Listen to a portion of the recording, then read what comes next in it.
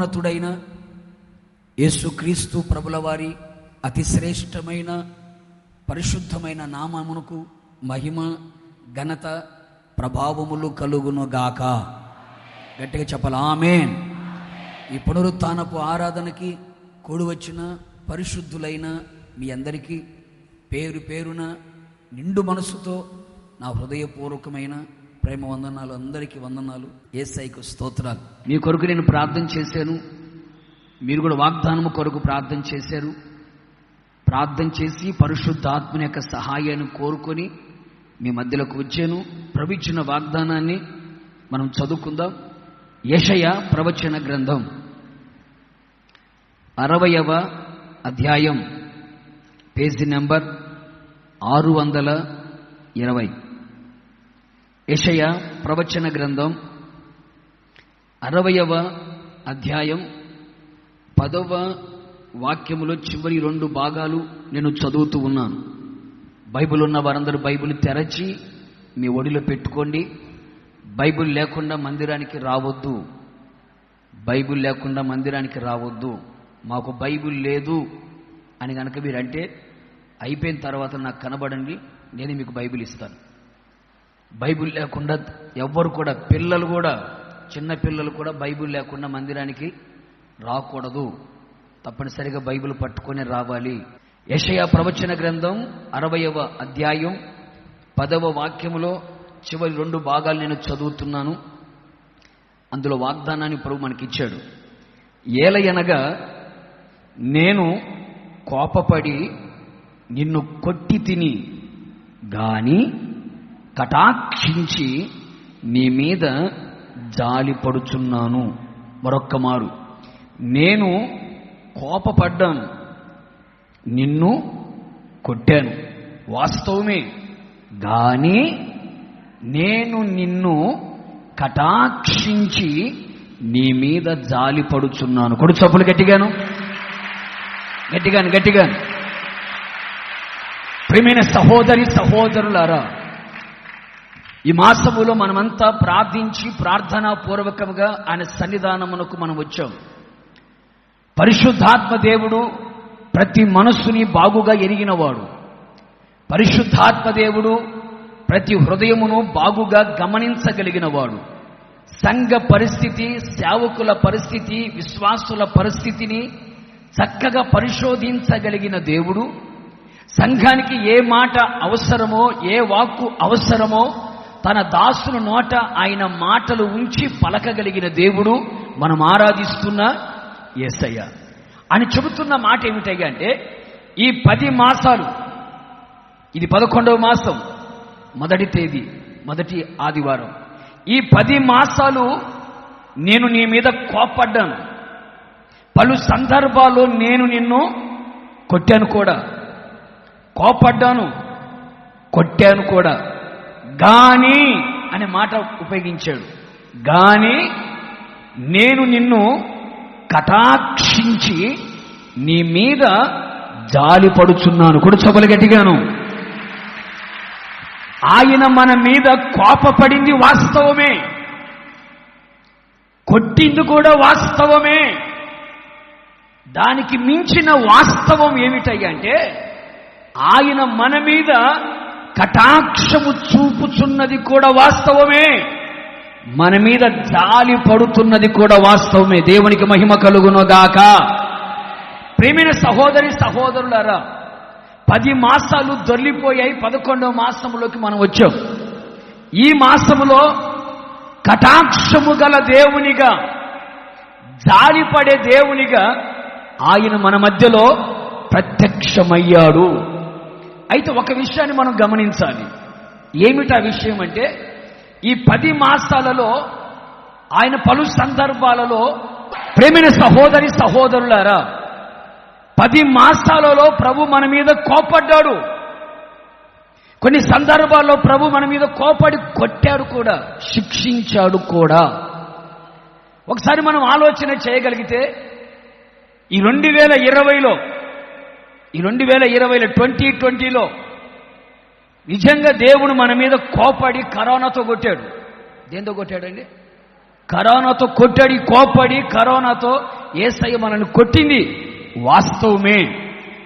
ప్రియమైన సహోదరి సహోదరులారా, పరిశుద్ధ బైబిల్ గ్రంథములో గనక మనము చదువుతూ ఉంటే ఎందుకని ఆయన కోపడుతున్నాడు, కోపడడానికి గల కారణాలు ఏంటి, ఆయన కోపడే దేవుడా అని కనుక కాస్త మనం ఆలోచన చేయగలిగితే కోపాన్ని తెప్పించే కార్యాలు మనం చేస్తూ వచ్చాం. కారణము లేకుండా యేసయ్య మన మీద కోపపడడు, నిష్కారణముగా కోపపడేవాడు కాదు. బైబిల్ సెలవిచ్చే మాట ఏమిటంటే, నేను ఎల్లప్పుడూ కోపడతాను అనుకుంటున్నారా? అలా గనక నేను కోపడితే జీవాత్మ ఏమైపోతుంది, క్షీణించిపోతుంది. అలాగ గనక నేను కోపపడిన వ్యక్తినే అయితే, కోపపడిన దేవుణ్ణే గనక అయితే, నేను సృజించిన నరులు ఎప్పుడో క్షీణించిపోయి ఉండేవారు. ఆయన ఎవరయ్యా అంటే కరుణా కటాక్షములు గల దేవుడు. ఇప్పుడు చప్పలు గట్టిగా ప్రభువుకి. కరుణా కటాక్షములు గల దేవుడు. ఆయన ఎవరో తెలుసండి, కోపించుచునే వాత్సల్యతను జ్ఞాపకము చేసుకునే దేవుడు. అందుకే యేసయ్య గారు పాట రాశాడు, ఆశ్రయ దుర్గమా నా యేసయ్య కోపించుచునే వాత్సల్యతను చూపగలిగిన వాడు ఆయన. అందుకే బైబిల్ ఏమంటుంది, ఆయన కోపము నిమిషం ఉంటుంది, ఆయన దయ ఆయుష్కాలం ఉంటుంది. కోపము నిమిషమే ఉంటుంది, ఆయన దయ ఆయుష్కాలమంతా నిలిచి ఉంటుంది. కానీ పరిశుద్ధ గ్రంథం చెబుతున్న మాట ఏమిటంటే, పలు సందర్భాలలో నీ మీద, నా మీద, మనందరి మీద యేసయ్య కోపపడ్డాడు. కోపపడిన దేవుడు కొన్ని సందర్భాల్లో నిన్ను కొట్టాడు, నీ పిల్లల్ని కొట్టాడు, నీ కుటుంబాన్ని కొట్టాడు, సంఘాన్ని కొట్టాడు. కొన్ని సందర్భాల్లో నీకున్న ఉద్యోగ విషయంలో, వ్యాపార విషయంలో, చేతి పనుల విషయంలో, పాడి పంటల విషయంలో కొట్టాడు, శిక్షించాడు, గద్దించాడు, హెచ్చరించాడు. ఒక క్షణం మనం ఆలోచించాలి, యేసయ్య ఎందుకు మన మీద కోపడుతున్నాడు? ఎల్లప్పుడూ మన మీద కోపడే దేవుడా? కానే కాదు. ఆయనకు కోపాన్ని తెప్పించే కార్యాలు మనం చేశాము, అందువలనే ఆయన కోపడ్డాడు. బైబిల్ చరిత్రలో మనము చదువుతూ వెళితే 66 పుస్తకాలు గనక మనము చదివితే చాలా సందర్భాలలో ఇశ్రాయేలు ప్రజలు చేసిన పనులకి ఆయన కోపగించుకున్నట్లుగా బైబిల్ రాయబడిన మాట. ఆయన కోపము రగులు కొనినట్లుగా బైబిల్ అనేక సందర్భాల్లో రాయబడింది. ఆ కోపాన్ని గురించి అనేక సంగతులు చెప్పాలంటే టైం సరిపోదు, టూకీగా మాట్లాడుతాను. ఎందుకని యేసు ప్రభు కోపడ్డాడు? ఇశ్రాయేలు ప్రజల మీద ఎందుకు కోపడ్డాడయ్యా అంటే, ఇశ్రాయేలు ప్రజలు దేవుని మీద, సేవకుల మీద సనుగు సంశయాలు ఉపయోగించినందువల్ల ఆయన కోపం ఇశ్రాయేలు ప్రజల మీద రగులు కొనెను. దేవుని మీద సనుగుకొన్నారు, నడిపిస్తున్నటువంటి సేవకుల మీద, నాయకుల మీద సనుగులు సంశయాలు చూపించారు. అందుకే ఆయన వారి మీద కోపడ్డాడు. ఆయన కోపము చెలరేగింది, తెగులు ఊరేగింది. కోపపడ్డాడంటే తప్పనిసరిగా శిక్ష కనబడుతుంది. పలు సందర్భాలలో ఇశ్రాయేలు ప్రజలు అన్యజనులతో సహవాసము చేస్తూ వచ్చారు. అన్యజనులతో సహవాసము చేసి అన్యజనుల యొక్క విందు వినోదాలలో పాలిభాగస్థులైనందువలన దేవుడు వారి మీద కోపపడెను. భక్తిహీనులతో సహవాసము చేసినందువలన, ఇతరులు పాపము చేయడానికి కారణముగా మారినందువలన, విగ్రహారాధన వైపు మళ్ళినందువలన, శకునములు చూడడానికి, మంత్రములని ప్రయోగించడానికి, అలాగే నక్షత్రాలని, విధులని చూడడానికి ప్రయత్నము చేసి వాటిని నమ్మినందువలన దేవుని కోపం రగులుకుంది. చేస్తున్న చెడుతనమును బట్టి, దుర్నీతిని బట్టి, అపవిత్రమైన కార్యములను బట్టి, శపితమైన వాటిని దాచుకొనిన దానిని బట్టి దేవుడు కోపపడ్డాడు. నీ విషయములో కూడా ఏ కార్యము నీలో నిలిచి ఉందో దానిని బట్టి ఆయన కోపడుతూ వచ్చాడు. నేనేం చేయలేదు అని నంగరాశిలాగా మనం అనుకోకూడదు. పిల్లి పాలు తాగేటప్పుడు కూడా అనుకుంటుందంట నన్ను ఎవరు చూడట్లేదు లేని. అలా మనం అనుకోకూడదు. దేవుడు మన మీద కోపపడ్డాడు అంటే కారణము లేకుండా ఆయన మన మీద కోపపడడు. ఏదో ఒక కారణం ఆయనకు కోపాన్ని తెప్పించే కార్యం, ఆయన కోపం మన మీద రగులుకునే కార్యం ఏదో మనం చేసి ఉంటాము. దేవుని యొక్క వాక్యానికి విధేయత చూపకపోవడం, నడిపించే నాయకులకు విధేయతను చూపకపోవడం, చాలా విషయాలు దేవుడు కోపపడే సందర్భాలు చాలా ఉన్నాయి. అవన్నీ చెప్పట్లేదు, కానీ ఒక వాక్యాన్ని మాత్రం మీకు చదివి వినిపిస్తాను. చూడండి, దినవృత్తాంతంలో 2వ గ్రంథం 36వ అధ్యాయం 16వ వాక్యం. అందరు బైబిల్ ఉన్న వారందరూ బైబిల్ తెరిచి చూడాలి. 36వ అధ్యాయం 16వ వాక్యం. వారు దేవుని దూతలను ఎగతాళి చేయుచు ఆయన వాక్యములను తృణీకరించుచు ఆయన ప్రవక్తలను హింసించుచు రాగా నివారింప శక్యము కాకుండా యెహోవా కోపము ఆయన జనులందరి మీదికి వచ్చెను. చాలా సందర్భాలు ఉన్నాయి దేవుడు కోపపడిన సందర్భాలు, దేవునికి కోపాన్ని తెప్పించే సందర్భాలు చాలా ఉన్నాయి. అయితే ఒక మాట ఏమిటయ్యా అంటే, వారు దేవుని దూతలను ఎగతాళి చేశారు. దేవుని దూతలు అంటే ఎవరయ్యా అంటే దైవ సేవకులను ఎగతాళి చేశారట, పరిహాసము చేశారు. వాక్యమును తృణీకరించుచు ప్రవక్తలని హింసించుచు రాగా నివారింప శక్యము గాని కోపం రగులుకొనెను. చాలా దేశాలలో, చాలా రాష్ట్రాలలో, చాలా ప్రాంతాలలో అనేక మంది దైవ సేవకులని దేవుని చేత పిలువబడి, దేవుని చేత ఏర్పాటు చేయబడి, దేవుని చేత ప్రతిష్ఠించబడి ఆయన నామమును ప్రకటించుచున్నటువంటి దైవ సేవకులను హింసించినందువలన, దేవుని యొక్క వాక్యమును తృణీకరించి నిరాకరించి దూతలని పరిహాసము చేసి ఎగతాళి చేసిన కారణాన్ని బట్టి అనేక దేశముల మీదికి, రాష్ట్రముల మీదికి దేవుని కోపం, ఉగ్రత వచ్చింది. అనేక రాష్ట్రాలలో కూడా దేవుని కోపం రగులుకుంది. ప్రేమైన సహోదరులారా, మనము చూస్తూనే ఉన్నాం, పేపర్లలో మనం చదువుతూనే ఉన్నాం, టీవీలలో మనము చూస్తూనే ఉన్నాం. దేవుని సేవకులకు విరోధముగా, దైవ కార్యములకు విరోధముగా లేచినటువంటి ఆ ప్రాంతాలలో భూకంపాలు కలిగాయి, సునామీలు వచ్చాయి, ప్రకృతి వికృత రూపాన్ని దాల్చింది.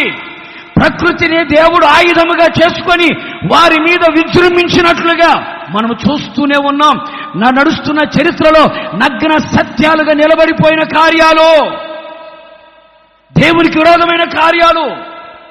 క్రైస్తవులు కూడా అన్యజనులతో కలిసిపోతున్నారు, లోకస్తులతో కలిసిపోతున్నారు, చెడుతనంలోకి వెళ్ళిపోతూ ఉన్నారు, అక్రమాల్లోకి వెళ్ళిపోతున్నారు, అన్యజనుల విందు విలాసాలతో నింపబడిపోతున్నారు, భక్తిహీనులతో సహవాసము చేస్తూ ఉన్నారు. ఆయనను విడిచిపెట్టి మంత్రాల వైపు, తాయెత్తుల వైపు, శకునముల వైపు, మంత్రజ్ఞుల వైపు వెళ్ళిపోతూ ఉన్నారు. అందుకే దేవుని కోపం రగులుకుంటుంది. అందుకే పలుసార్లు నిన్ను కొట్టాడు, నీ ఆరోగ్యాన్ని కొట్టాడు, నీ సమాధానాన్ని కొట్టాడు, నీ వ్యాపారాన్ని కొట్టాడు, నీ చేతి పనులను కొట్టాడు. ఎందుకని? అప్పుడైనా నీవు తెలుసుకుంటావేమోనని, అప్పుడైనా చేసిన తప్పుని ఒప్పుకుంటావేమోనని, అప్పుడైనా ఆయన వైపు తిరుగుతావేమోనని. మీరు గమనించి చూడండి, ఆయన కోపడ్డాడంటే ఆయన కోపములో ప్రేమ ఉంటుంది. ఆయన కోపడ్డాడంటే, కోపంతో కొట్టాడు అంటే అందులో మనం బాగునని కోరుకుంటున్నాడని. ఆయన కోపడి మనం కొడుతున్నాడంటే మనం మంచిగా బ్రతకాలనే ఆయన కోప్పడి మనం కొడతారు. లోకంలో చాలా మంది కోపడతారు, కొడతారు. ఎందుకని? నాశనం అయిపోవాలని. కోపడతారు, కొడతారు. ఎందుకని? చచ్చిపోవాలని. కోపడతారు, కొడతారు, బ్రతకకూడదని. కోపడతారు, కొడతారు ద్వేషముతో. కానీ నా యేసయ్య ప్రేమతో మనల్ని కొట్టి, ప్రేమతో కోప్పడి మనల్ని కొట్టి, మనల్ని సరిచేసి, మనల్ని బాగు చేసి, మనల్ని ప్రేమించి, మనల్ని ఉన్నతమైన స్థితిలోకి తీసుకురావడానికే, ఆయన వైపు తిరగడానికే ఆయన మన మీద కోపపడి కొట్టాడు. గాని ఆయన మనల్ని కటాక్షించాడు. కొడుచొప్పలు గట్టిగాను, గట్టిగాను. అందుకని బైబిల్ రాయబడిన మాట ఏమిటో తెలుసా? ఎక్కడికి వెళ్తున్నారు మీరందరూ అని అడిగితే వాళ్ళందరూ అంటారు, మేము ఉపవాస ప్రార్థన చేయడానికి వెళుతున్నాం. దేవుని సన్నిధిలో ఉపవసించి కన్నీరు కాచి ప్రార్థన చేయడానికి మేము వెళుతున్నాము అన్నారు. అవునా? ఎందుకు వెళ్తున్నారంటే దేవుని సన్నిధిలో మేము కనబడాలి. ఎందుకు వెళ్తున్నారయ్యా అంటే దేవుడు మాతో మాట్లాడాలి అని మేము దేవుని సన్నిధికి వెళ్తున్నామంటే వీళ్ళు కూడా ఏమంటారు తెలుసా? మేము కూడా మీతో కలిసి మేము కూడా దేవుని సన్నిధికి వస్తాం. ఎందుకో తెలుసా? ఆయన కోపం మా మీద రగులు కొనకుండా ఆయనను మేము శాంతి పరచడానికి, ఆయనని మేము శాంతి పరచడానికి మేము మీతో కూడా మేము వచ్చి ఉపవసించి మమ్మల్ని మేము తగ్గించుకొని పశ్చాత్తాపడి పవిత్రపరచుకొని ఆయన కోపాన్ని తెప్పించే కార్యాలు మాలో లేకుండా మమ్మల్ని మేము శుద్ధిపరచుకొని శుచిపరచుకొని మేము ఆయన వైపు తిరిగి ఆయనను మేము శాంతి పరుస్తాము అన్నాడు. బైబిల్ సెలవిస్తున్న మాట ఏమిటో తెలుసా? ఆయన కరుణా కటాక్షముల గల దేవుడు గనుక ఆయన వైపు ఎవరైతే తిరుగుతాడో ఆయన కూడా వారి వైపు ప్రసన్నుడుగా మార్చబడునుగాక. కొడుచొప్పలు గట్టిగాను. కోపించుచునే వాత్సల్యతను చూపగలిగిన దేవుడు నిశ్చయముగా ఒక్కడి గుర్తుపెట్టుకో, ఒక్కసారి నీ మనస్సులో ఆలోచన చేయి. ఈ 10 మాసాలు ఏ విషయాన్ని బట్టి ప్రభు నా మీద కోపడ్డాడు, ఏ పరిస్థితులలో ప్రభు నా మీద కోపడ్డాడు, ఏ విషయంలో ప్రభు నన్ను కొట్టాడు అనే సంగతి నువ్వు తెలుసుకొని ఆయన శాంతి పరచున్నట్లుగా ఆయన సన్నిధిలో నిన్ను నీవు పరిశుద్ధపరచుకొని ఆయన వైపు గనుక నువ్వు తిరగగలిగితే కోప్పడి కొట్టిన యేసయ్య నిశ్చయముగా నేను నిన్ను కటాక్షించబోతూ ఉన్నాను. కొడుచబలు గట్టిగా. కోప్పడిన దేవుడు నీ మీద కటాక్షము చూపునుగాక, కొట్టిన దేవుడు నీ మీద జాలి పడునుగాక. నిశ్చయముగా ఈ 11వ మాసం దేవుని కటాక్షం మన మీద నిలిచి ఉండునుగాక. మన మీద ఉన్న కోపము ఆయన తొలగించుకొనుగాక. మనము ఆయనని శాంతపరచుదుముగాక. నిశ్చయముగా మన మీద, మన కుటుంబం మీద, మన సంఘము మీద, మన హోసన్న మినిస్ట్రీస్ మీద నా యేసయ్య కటాక్షము నిలిచి ఉండునుగాక, నిలిచి ఉండునుగాక.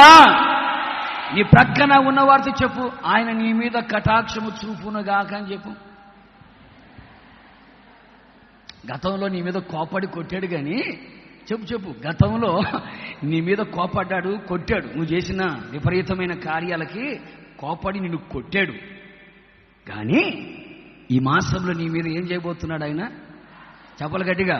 కటాక్షము చూపబోతున్నాడు. కటాక్షించి నీ మీద ఆయన జాలి పడబోతూ ఉన్నాడు. కూడా చెప్పలు గట్టిగాను. ప్రేమైన సహోదరి సహోదరులారా, కోపడ్డానికి కారణాలు ఎన్నో ఉన్నాయి. తెగులు చేత, చెరసాల చేత, శత్రువులకు అప్పగించి, ఆర్థిక ఇబ్బందుల చేత, శోధనల చేత, శ్రమల చేత, అనారోగ్యం చేత ప్రభు మనల్ని కొట్టాడు. వాస్తవమే కొట్టాడు, వాస్తవమే. కానీ ఈ నెలలో మనము ఆయన శాంతిపరిచి పరిశుద్ధపరుచుకొని ఆయన వైపు మనం తిరిగితే కరుణా కటాక్షము గల దేవుడు మన వైపు తిరిగి మనల్ని కటాక్షించి మన మీద జాలిపడునుగాక. చెప్పుకోండి, గట్టిగా చెప్పుకోండి. అందుకని మీరు ఇంటికి వెళ్ళిన తర్వాత ఏం చేస్తే ఆయన మన మీద కోపడ్డాడో నీ అంతరాత్మకు తెలుసు, నీ మనస్సాక్షికి తెలుసు.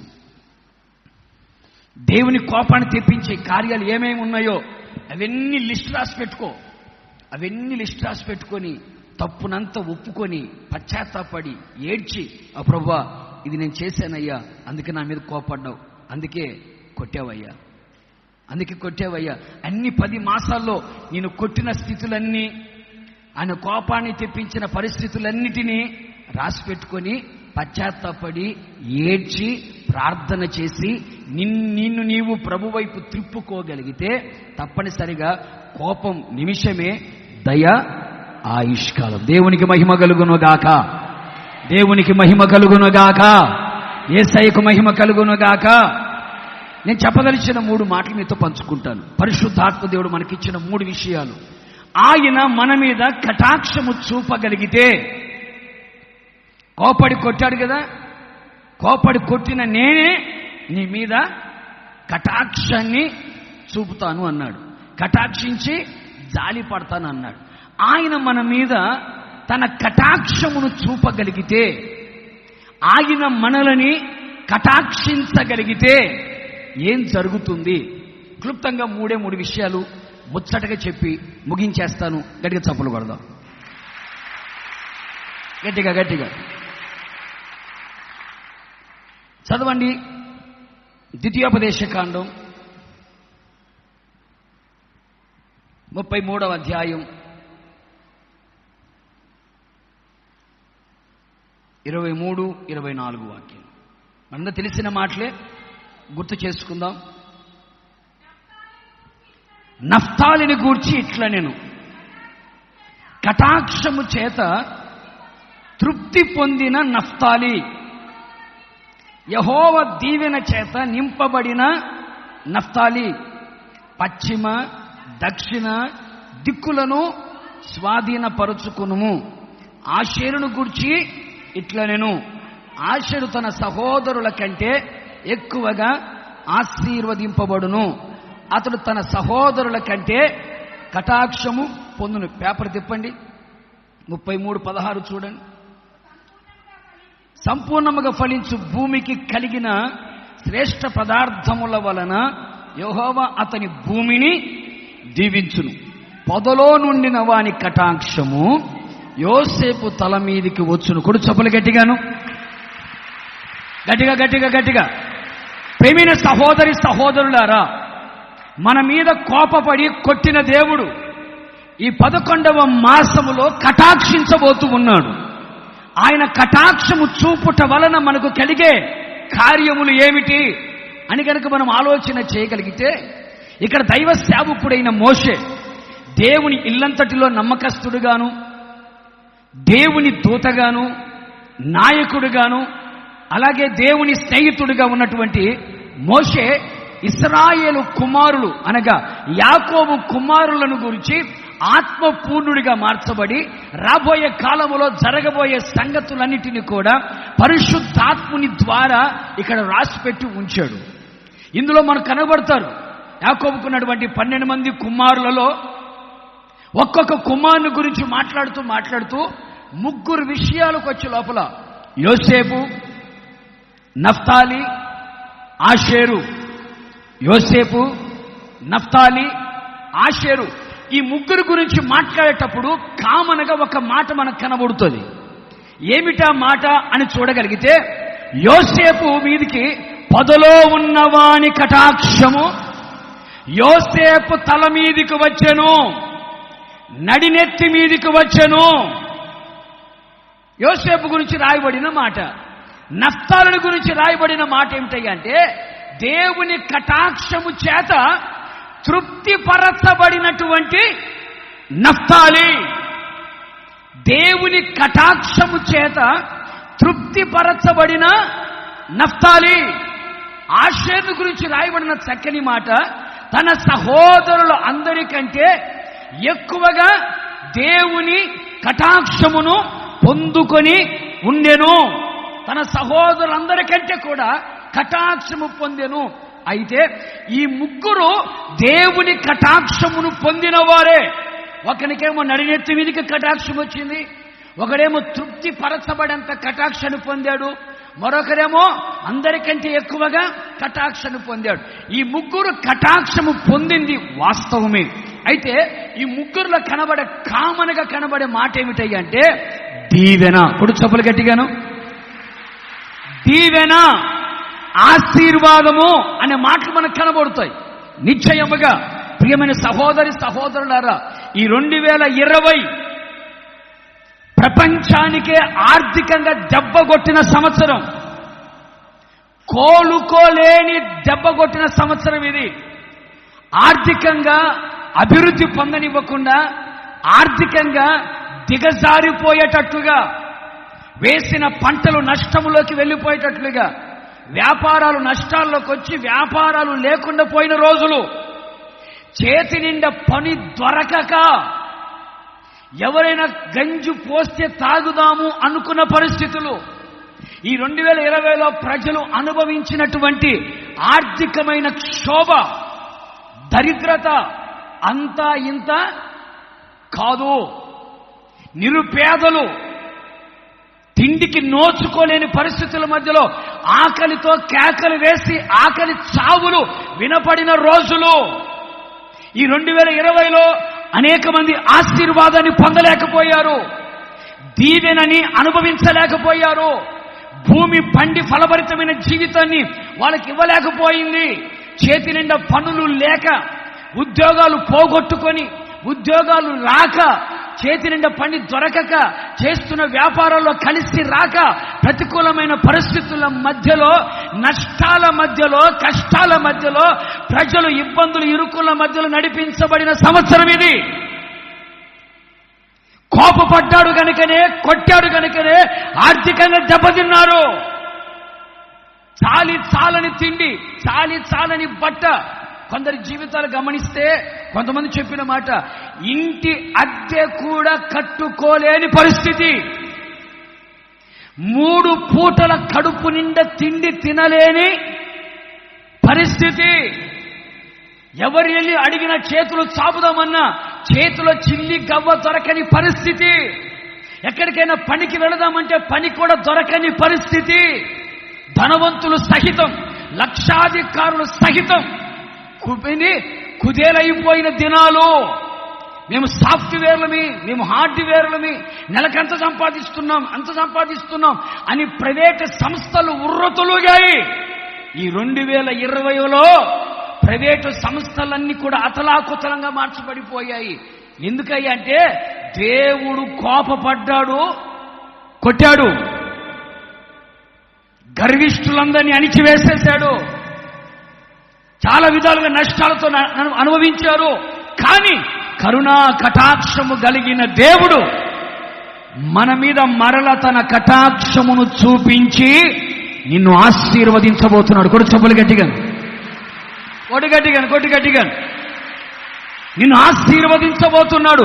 పొదలో ఉన్నవాని కటాక్షము యోసేపు తల మీదకి వచ్చినట్టుగా, నఫ్తాలి దేవుని కటాక్షము చేత తృప్తి పరచబడినట్టుగా, సహోదరుల కంటే ఆషేరు ఎక్కువగా దేవుని కటాక్షాన్ని పొందుకున్నట్టుగా, నిశ్చయముగా మనము కూడా దేవుని కటాక్షమును పొందగలిగితే, ఆయన మనను కటాక్షించగలిగితే, నఫ్తాలి ఏ దీవెనలతో అయితే తృప్తి పరచబడ్డాడో అట్టి దీవెనలను దేవుడు మనతో కూడా అనుగ్రహించునుగాక, ఆ దీవెనలతో మనం నింపునుగాక.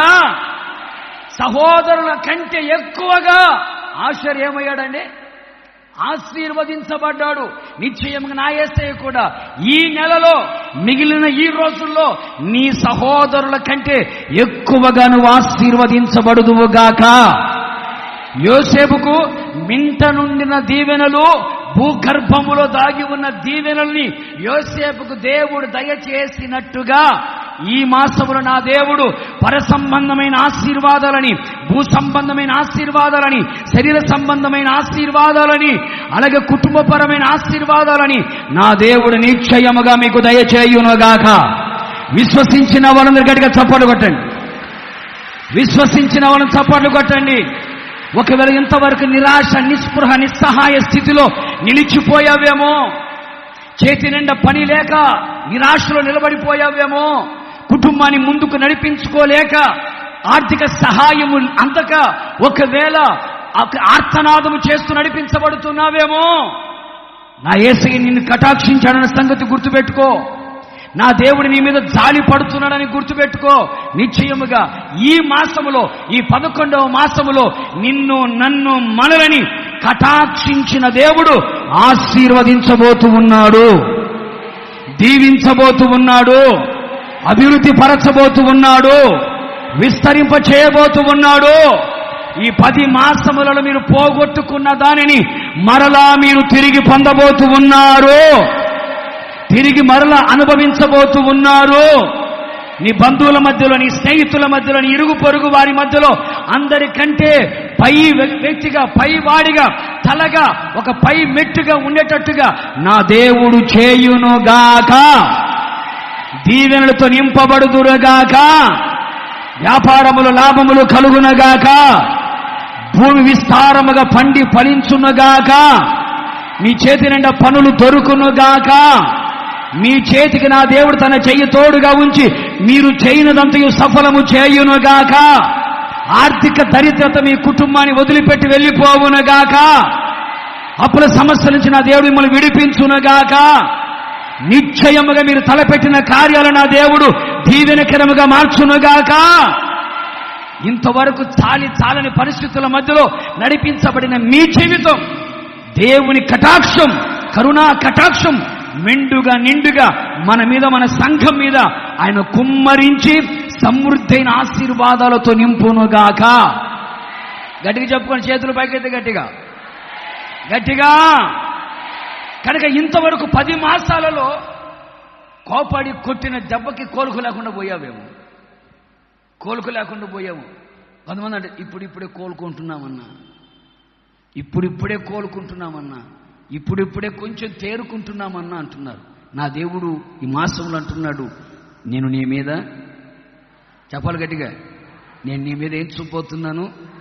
కటాక్షము చూపబోతున్నాను, కటాక్షము చూపబోతున్నాను. నీ వెళ్ళిన ప్రతి చోట, ఉద్యోగంలోకి వెళ్తున్నావా, అధికారులు నీ మీద కటాక్షము చూపునట్లుగా నా దేవుడు చేయబోతున్నాడు. ఆమేన్. యోసేపు జీవితాన్ని గమనించి చూడండి. యోసేపు ఒక ఇంట్లో పనివాడికి వెళ్ళాడు. ఆ పనివాడికి వెళ్తే ఆ ఇంటి యజమానుడు అతని మీద కటాక్షము చూపునట్లుగా ప్రభు సహాయం చేశాడు. తిన్నగా మరలా చెరసాల్లోకి వెళ్ళాడు. ఆ చెరసాల నాయకుడు అతని మీద కటాక్షం చూపునట్లుగా ప్రభు చేయగలిగాడు.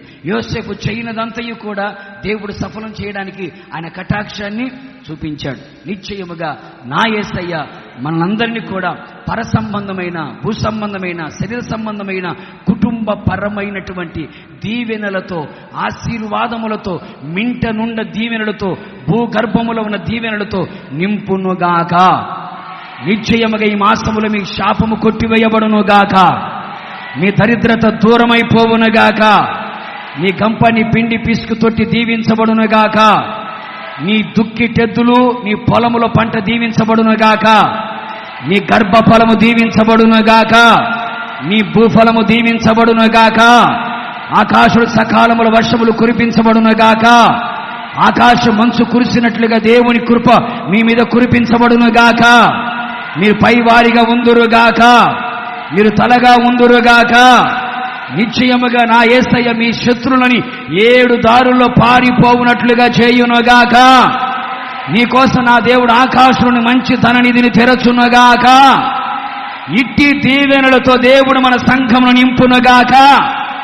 ప్రార్థన దీవెనలతో నింపునుగాక. పరిశుద్ధాత్మ దీవెనలతో నింపునుగాక. వాక్యపు దీవెనలతో నింపునుగాక. పరిశుద్ధత అనే దీవెనలతో నింపునుగాక. నిరీక్షణ అనే దీవెనతో నింపునుగాక. పరిచర్య అనే దీవెనతో నింపునుగాక. ఆత్మవరముల దీవెనలతో నింపునుగాక. కృపావరముల దీవెనలతో నింపునుగాక. నిశ్చయముగా యోసేపు, నప్తాలి, ఆషేరు పొందుకున్న దీవెనలు, కటాక్షమును మనము కూడా అనుభవించెదముగాక. కొడుకు చప్పలు గట్టిగా ప్రభువుకి, గట్టిగా గట్టిగా గట్టిగా. కోపడింది వాస్తవమే, కొట్టింది వాస్తవమే. నా కటాక్షములు దాగి ఉన్న దీవెనలు కూడా మీరు సొంతం చేసుకోబోతున్నారు. విశ్వసించండి, నమ్మండి. ఆయన కరుణా కటాక్షమును పొందండి. దీవించబడి అనేకులకు దీవెనకరముగా ఉండండి. సంఘములో, సమాజంలో, కుటుంబంలో నా దేవుడు మనల్ని దీవెనకరముగా ఉంచునుగాక. మన ఆత్మీయ జీవితాన్ని దీవెనకరముగా మార్చునుగాక. రెండవ సంగతి చెప్తాను, చదవండి. నిర్గమకాండం 33వ అధ్యాయం. నిర్గమకాండం 33వ అధ్యాయం 17వ వాక్యం. యెహోవా నీవు చెప్పిన మాట చొప్పున చేసేదను. ఎందుకని? నీ మీద నాకు కటాక్షము కలిగినది.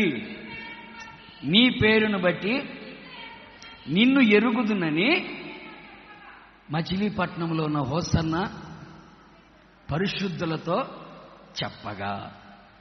చూడు, చాలా చక్కగా రాయబడిన మాట. దేవుడు మోషే మధ్యలో జరిగిన సంభాషణ. అరణ్యంలో ఇశ్రాయేలు ప్రజలు ఆగిపోయారు. ఎందుకు ఆగారంటే దేవుడు మోషే మీద అలిగాడు. చేసిందేమో తప్పులన్నీ ఎవరు? వాళ్ళు. అలిగిందేమో ఎవరి మీద? మోషే మీద దేవుడు అలిగాడని అలిగి బొంగమూతి పెట్టుకుని పక్కకు తిరిగాడు. నేను మీతో రాను అన్నాడు. ఈయనేమన్నాడు? నువ్వు రాకపోతే మేము కదిలేది లేదు అన్నాడు. ససేమీరా, కుదరనంటే కుదరదు. చివరికి దేవుడు ఒక మెట్టు దిగి నా సన్నిధి నీకు తోడుగా వచ్చును అని మాట్లాడాడు. మాట్లాడి అయిపోయిన తర్వాత దేవుడు మోషేతో ఒక చక్కని, చాలా మంచి మాట, చాలా బాగుంటుంది అన్నమాట.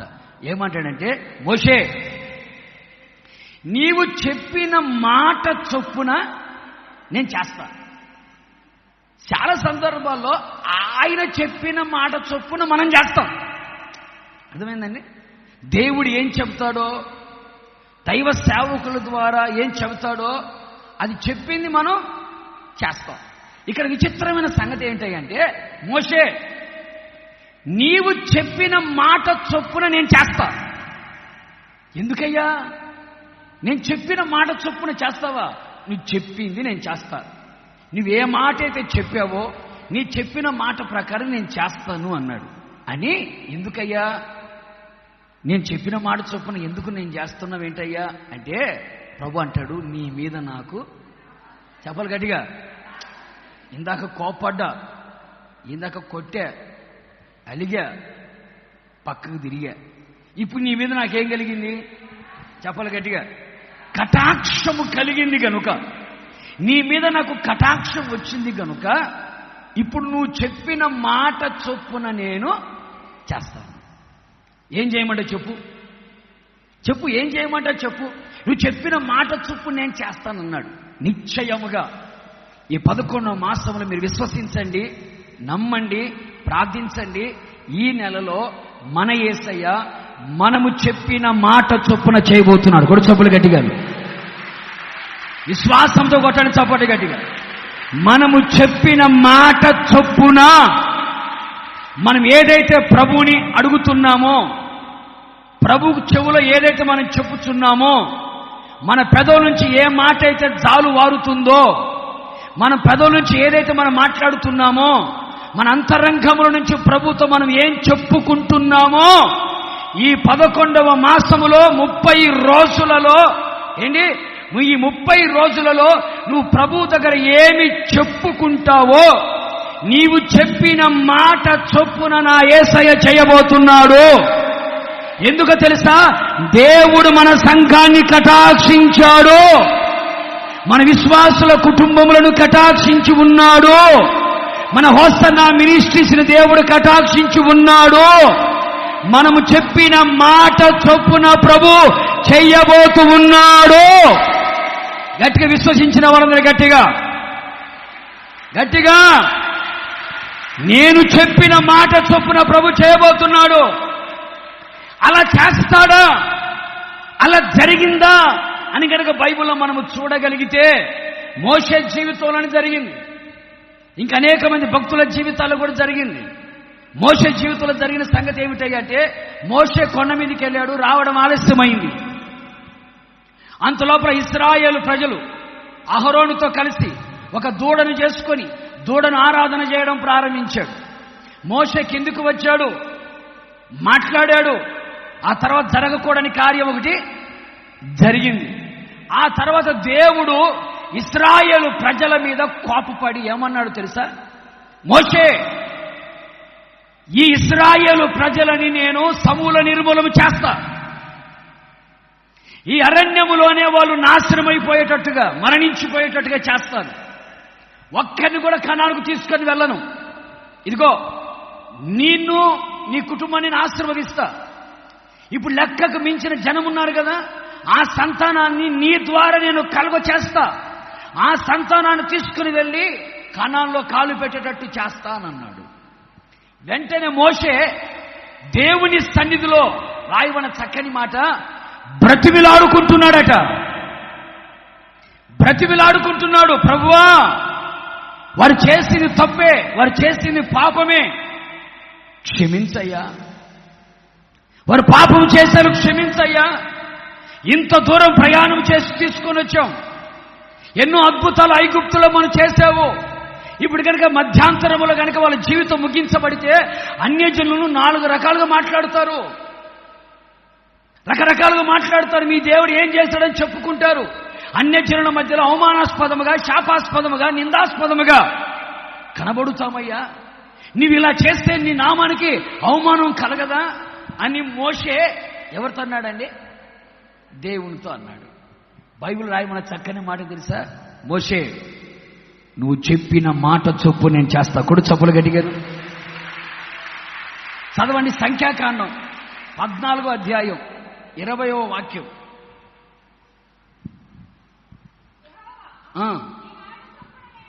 నీ మాట చొప్పున నేను ఏం చేశానంట? నీ మాట చొప్పున నేను క్షమించి ఉన్నాను. మన నిర్గమకాండం 32:11 కనుక చదివితే అక్కడ రాయబడిన మాట బ్రతిమిలాడుకొనేను. బ్రతిమిలాడుతున్నాడు. దేవుని కోపం ఇశ్రాయేలు ప్రజల మీద రగులు కొనకుండునట్లుగా, శాపం వారు పొందుకొనకుండునట్లుగా, మరణము చూడకుండునట్లుగా మోషే వారి కొరకు వేడుకున్నాడు, వారి కొరకు ప్రార్థించాడు, వారి కొరకు బ్రతిమిలాడుకున్నాడు. అందుకే యోబు గ్రంథం 33:26 రాస్తుంటది. ఏమిటి తెలుసా? ఆయనను గనక మనం బతిమాలుకోగలిగితే ఆయన ఏం చేస్తాడట? కటాక్షము చూపుతాడు అని. ఆయనను గనక బతిమాలుకోగలిగితే ఆయన కటాక్షము చూపును. మోషే చెప్పిన మాట చొప్పున దేవుడు ఎందుకు చేశాడు? మోషే అడిగింది దేవుడు ఎందుకు ఇచ్చాడు? మోషే ప్రార్థన దేవుడు ఎందుకు ఆలకించాడు? మోషే ప్రార్థనకు జవాబు ఎందుకు వచ్చింది? మోషే చెప్పింది చెప్పినట్టుగా ప్రభు ఎందుకు చేశాడు అంటే బైబిల్ చెబుతున్న మాట, మోషే దేవుని సన్నిధిలో ఏం చేశాడట? బతిమాలుకున్నాడు, బతిమిలాడాడు, బ్రతిమాలి అడుగుతున్నాడు. అందుకని ఆయన సన్నిధిలో ఎవరైతే బ్రతిమాలుకుంటారో ఆయన వారిని ఏం చేస్తాడండి? కటాక్షిస్తాడు. ఆయన కటాక్షించాడు అంటే నువ్వు చెప్పింది చెప్పినట్టుగా ఆయన నీకు చేస్తాడు. దేవునికి మహిమ కలుగును గాక. గట్టి హల్లెలూయా. ఇంకో సందర్భాన్ని కూడా మీరు గమనించి చూడండి. భక్తుడని ఏలియా మనకు కనబడతాడు. ఏలియా కనపడతాడు. ఆ ఏలియా ఏమంటాడు తెలుసా? ఎవని సన్నిధిలో నేను నిలబడి ఉన్నాను, యెహోవా జీవము తోడు 3.5 సంవత్సరం మంచైన వర్షమైన కురవదన్నాడు. మరల దేవుని సన్నిధిలో నిలబడి మోకాల మధ్యలో తల ఉంచుకొని మరల దేవుని సన్నిధిలో బ్రతిమాలి ప్రార్థన చేసినప్పుడు మోపైన వాన, చెప్పాలి గట్టిగా, కురిసినట్లుగా బైబిల్ సెలవిస్తున్న ఓ చక్కని మాట. ఈ మాటని మీకు ఎందుకు చెబుతున్నానంటే, ఈ నెలలో మనము చెప్పిన మాట చొప్పున ప్రభు మనకు చెయ్యాలి. ఈ మాసములో మనము చేయబోతున్న ప్రతి ప్రార్థనకు జవాబు రావాలి. మనము అడిగినవి ప్రభు దగ్గర మనము పొందుకోవాలి. మనం ఏదైతే అర్జిస్తామో, ఏదైతే ప్రార్థిస్తామో, ఏదైతే అడుగుతామో, ఏదైతే చెప్పుకుంటామో, మనము చెప్పినవన్నీ ఆయన మనకు చేయునట్లుగా, మనము అడిగినవన్నీ మనం పొందుకునేటట్లుగా మనము ప్రభువు సన్నిధిలో బ్రతిమాలుకోవడం నేర్చుకోవాలి. ఎవరైతే ఆయన సన్నిధిలో బ్రతిమాలుకుంటారో, బ్రతిమాలి ప్రార్థన చేస్తారో, గోజాడి ప్రార్థన చేస్తారో, మాటికి మాటికి మాటికి మాటికి సిగ్గు మాలి మాటికి మాటికి ఎవరైతే అడుగుతారో ఆ అడిగిన వాళ్ళందరూ కూడా ఈ నెలలో పొందుకోబోతున్నారు. కూడా చెప్పులు గట్టిగా విశ్వసించు, విశ్వసించు. ఈ మాసంలో దేవుడు గొప్ప కార్యములు చూడబోతున్నాం. మనము దేవుడు చేయబోయే మహత్తరమైన కార్యములని, లెక్కలేని అద్భుతములు ఈ మాసములో మనము చూడబోతున్నాం. చూడాలి అంటే దేవుని కటాక్షము కలగాలి. కటాక్షము కలగాలి అంటే దేవుని సన్నిధిలో బ్రతిమిలాడాలి. చాలా మంది అంటారు, పాస్టర్ గారండి ఇంతకాలం మేము ప్రార్థన చేశాం, ఏం జరిగింది? ఎంతో మంది సేవకుల చేత ప్రార్థన చేయించాం, ఏం జరిగింది? ఇంకా పిల్లకి పెళ్లి కాలే, ఇంకా పిల్లలు పుట్టలే, ఇంకా ఉద్యోగం రాలే, ఇంకా ఆరోగ్యం కలగలే, ఇంకా అప్పులు తీరలే, ఇంకా ఇల్లు కట్టుకోలేదు, ఇంకా ఏం జరగలేదు. ఇంతకాలం ప్రార్థన చేస్తున్నావే కానీ ఏమి జరగట్లేదు, ఏం అవ్వట్లేదు, ఇంకా ప్రార్థనకు జవాబు రావట్లేదు అనుకుంటున్నారు. వాస్తవమే. కానీ నీవు చేసేది, నువ్వు చెప్పేది ఎలా చెబుతున్నావు? ఎలా చెప్పుకుంటున్నావు? ప్రభు దగ్గర చెప్పుకునే విధముగా చెప్పుకోగలుగుతున్నావా? ఏదో 2-3 సార్లు ప్రార్థన చేసి అప్లికేషన్ పెట్టి వదిలేసినట్టుగా వదిలేస్తున్నావా? ప్రభు సన్నిధిలో మోకాల మీద ఉండి కన్నీళ్లు కాచి ఉపవాసం ఉండి రోదన చేసి ప్రభు సన్నిధిలో ప్రతిమాడుకున్న రోజులు ఏమైనా ఉన్నాయా? గోజాడిన రోజులు ఏమైనా ఉన్నాయా? సింపుల్గా ముఖంలో కల తప్పకుండా, కన్నుల నుంచి కన్నీటి బొట్టు రాకుండా, పెదల నుంచి సౌండ్ రాకుండా నిశ్శబ్దంగా ప్రార్థన చేసావే, నైసు ప్రార్థన. ఇలా చేస్తే చచ్చేంత వరకు చేసేది జరగదు. నువ్వు చచ్చేంత వరకు చేసిన కూడా జరగదు. బ్రతిమిలాడుకోవడం నేర్చుకోవాలి దేవుని సన్నిధిలో. మాటికి మాటికి గోజాడడం నేర్చుకోవాలి ప్రభు సన్నిధిలో. ఒక చిన్న పిల్లవాడు తన తల్లిదండ్రుల దగ్గర ఏ విధంగా మారము చేసి గోజాడుతాడో, ఆ గోజాడేటప్పుడు ఏం చేస్తాడండి? కన్నీళ్ళు ఇడుస్తాడు. గోజాడేటప్పుడు ఏం చేస్తాడండి? కాళ్ళు పట్టుకుంటాడు. గోజాడేటప్పుడు ఏం చేస్తాడండి? తన్ను తాను తగ్గించుకుంటాడు. గోజాడేటప్పుడు ఏం చేస్తాడండి? తన్ను తాను అప్పగించుకుంటాడు. చేస్తే చేయకపోతే లేదు, అయితే అయింది, అవ్వకపోతే అవ్వకపోయిందిలే అన్నట్టుగా నిర్లక్ష్య వైఖరిని చూపించకూడదు. నువ్వు చేసే ప్రార్థన, అడిగే విధానం వేరుగా ఉండాలి. మోషే చెప్పిన మాట చొప్పున చేశాడంటే మోషే దేవుని సన్నిధిలో ఏం చేశాడండి? బ్రతిమిలాడుకుంటున్నాడు. అందుకే పలు సందర్భాల్లో ప్రభు ఉపమానాలు మాట్లాడతాడు. మాటికి మాటికి సిగ్గుమాలి అడిగినందున వారు పొందుకోలేదా? ఇంకా మా ప్రార్థన ఆలకించలేదే, ఇంకా మా ప్రార్థన జవాబు రాలేదే, ఆయనకి మేము ఎక్కువైపోయినట్టున్నాం, సేవకులు మా కోసం సరిగా ప్రార్థన చేయట్లేదు అనుకుంటా, సంఘం మా కోసం ప్రార్థన చేయట్లేదు అనుకుంటా అని వాళ్ళ మీద వీళ్ళ మీద నెపాలు మోపే బదులు నీవు దేవుని సన్నిధిలో బ్రతిమలాడుతున్నావా? దేవుని సన్నిధిలో ఎలా చెప్పుకుంటున్నావు నువ్వు? నువ్వు చెప్పేది దేవుని చిత్తానుసారమైనదేనా? నువ్వు అడుగుతుంది దేవునికి అనుకూలంగా అడుగుతున్నావా? నీకు అనుకూలంగా అడుగుకుంటున్నావా? గుర్తుపెట్టుకోండి, నీకు ఏది కావాలో, నీకు ఏది అవసరమో ప్రభువుకు తెలుసు. కొడు చెప్పులు గట్టిగా. చాలా మంది ఈ రోజున అడుగుతున్నారు, ప్రభుని అడుగుతున్నారు. ప్రభు నాకు ఉద్యోగం కావాలి, ప్రభు నాకు వ్యాపారంలో పని కావాలి, ప్రభు వివాహం జరగాలి, ప్రభు పిల్లలు కావాలి, ప్రభు నాకు అది కావాలి, ఇది కావాలని అడుగుతున్నారు. అడగడం మంచిదే. కానీ కొందరు అడుగుతున్నారంట వాళ్ళ స్వార్థం కోసం అడుగుతున్నారంట. వారి అవయములలో కలిగే భోగేచ్ఛలను బట్టి అడుగుతున్నారు కొంతమంది. సుఖభోగముల కొరకు అడుగుతున్నారు కొంతమంది. వాళ్ళు ఎవరో కారు కొన్నారంట, నేను కారు కొనాలా, అప్పు చేశాను కొనాలి. వాళ్ళు ఏదో ఇల్లు కట్టారంట, నేను కూడా ఏం చేయాలి? అలాంటి ఇల్లు కట్టాలి. వాళ్ళు ఏదో మంచి బట్టలు కొన్నారంట. ఇవన్నీ ఏంటండి? నీ అవయములలో కలిగే భోగేచ్ఛలు, సుఖభోగములు కోరుకొని అడుగుతున్నావు. ఏం తిందామా, ఏం ధరించుకుందామా, లేకపోతే ఏం కట్టుకుందామా అని అన్యజనులు అడిగినట్టుగా నువ్వు అడుగుతున్నావు. నీకు ఏది అవసరమో, నీకు ఏది కావాలో ప్రభువుకి బాగా తెలుసు. ప్రభువుకి బాగా తెలుసు. అయితే నువ్వు అడిగేటప్పుడు నేను అడిగేది దేవుని చిత్తానుసారమైనదేనా, నేను అడిగేది దేవునికి అనుకూలమైనదేనా? అందుకని బైబిల్ మీరు గమనించి చూడండి. సొలొమోను ప్రార్థన చేసి ముగించిన తర్వాత ప్రభు ఏమంటాడు తెలుసా? నీ మనవి నాకు ఎలా ఉంది? అనుకూలంగా ఉంది. నువ్వు చేసే ప్రార్థన ప్రభువుకి అనుకూలంగా ఉందా? యోహాను భక్తుడు ఏమంటాడు? ఆయన చిత్తానుసారముగా మనం ఏది అడిగినను మనకిస్తాడన్న ధైర్యం మనకుంది.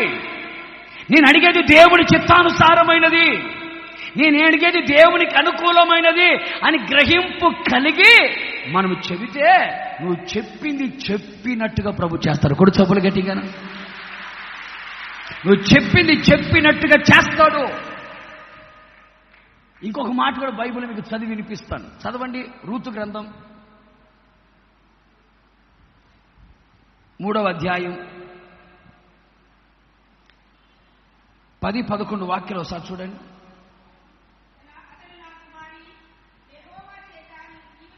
యెహోవా చేత నీవు దీవెన నొందిన దానవు కొద్దివారినే కాని గొప్పవారినే కాని యవనస్తులను నీవు ఎంబడింపక విండుట వలన నీ మునుపటి సత్ప్రవర్తన కంటే ఇప్పుడున్న సత్ప్రవర్తన ఎక్కువగా ఉంది.